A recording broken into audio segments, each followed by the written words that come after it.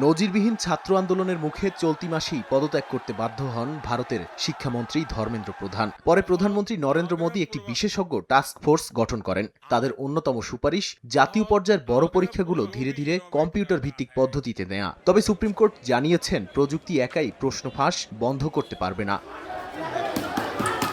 একই সময় বিভিন্ন রাজ্যে আন্দোলনে অংশ নেয়া শিক্ষার্থীদের আটক এবং জিজ্ঞাসাবাদের অভিযোগও সামনে আসছে।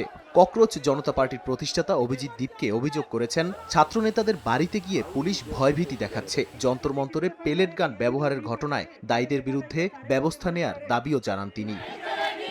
দীপকের হুঁশিয়ারি, শিক্ষার্থীদের হয়রানি অব্যাহত থাকলে আরো বড় আন্দোলনে নামবে দেশের তরুণরা। শিক্ষার্থীদের আস্থা, প্রশাসনিক জবাবদিহি, মত প্রকাশের স্বাধীনতা এবং সরকারের রাজনৈতিক চ্যালেঞ্জ সবকিছুর কেন্দ্রবিন্দুতে পরিণত হয়েছে এই আন্দোলন।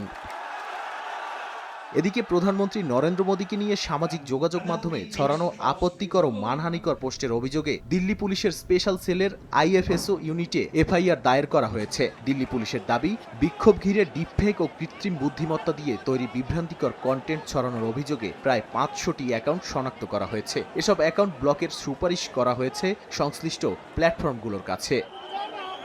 নাদিম মারজান, সময় সংবাদ।